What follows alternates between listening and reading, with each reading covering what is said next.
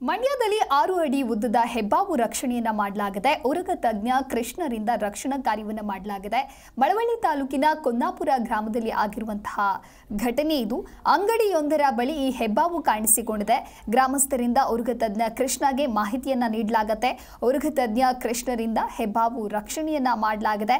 ರಕ್ಷಣೆ ಮಾಡಿದಂತ ಹೆಬ್ಬಾವನ್ನ ಮುತ್ತತ್ತಿ ಅರಣ್ಯಕ್ಕೆ ಬಿಡುಗಡೆ ಮಾಡಲಾಗಿದೆ.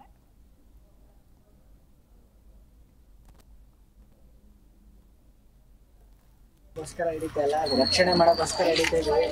ಯಾರೇ ಆಗ್ಲಿ ಎಲ್ಲೇ ಯಾವ ಬಂದ್ರು ನಮ್ಗೆ ಫೋನ್ ಮಾಡಿ, ನಾವಿಲ್ಲ ಅಂದ್ರೆ ಕೃಷ್ಣಣ್ಣ ಇರ್ತಾರೆ, ಅವ್ರಿಗಾರ ಕಾಲ್ ಮಾಡಿ ಜಗದೀಶ್ ಅಂತ ಹೇಳಿ. ಈಗ ನಾನು ಮನೇಲಿ ಊಟ ಮಾಡ್ತಾ ಇದ್ದೆ. ವೃತ್ತಿಯಲ್ಲಿ ಎಲೆಕ್ಟ್ರಿಕ್ ಕಾಂಟ್ರಾಕ್ಟ್ ಕೆಲಸವನ್ನ ಮಾಡ್ತಾರೆ.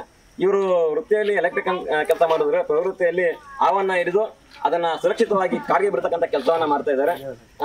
ಇದುವರೆಗೆ ಸುಮಾರು 100 ಹಾವುಗಳನ್ನ, ವಿವಿಧ ಬಗೆಯ ಹಾವುಗಳನ್ನ ಹಿಡಿದು ಕಾಡಿಗೆ ಬಿಡ್ತಕ್ಕಂಥ ಕೆಲಸವನ್ನ ಮಾಡಿದ್ದಾರೆ. ಇವತ್ತು ಕೊನ್ನಾಪುರ ಗ್ರಾಮದಲ್ಲಿ ಒಂದು ಹೆಬ್ಬಾವು ಸಿಕ್ಕಿದೆ. ಎಷ್ಟು ದಿವಸ ಒಂದು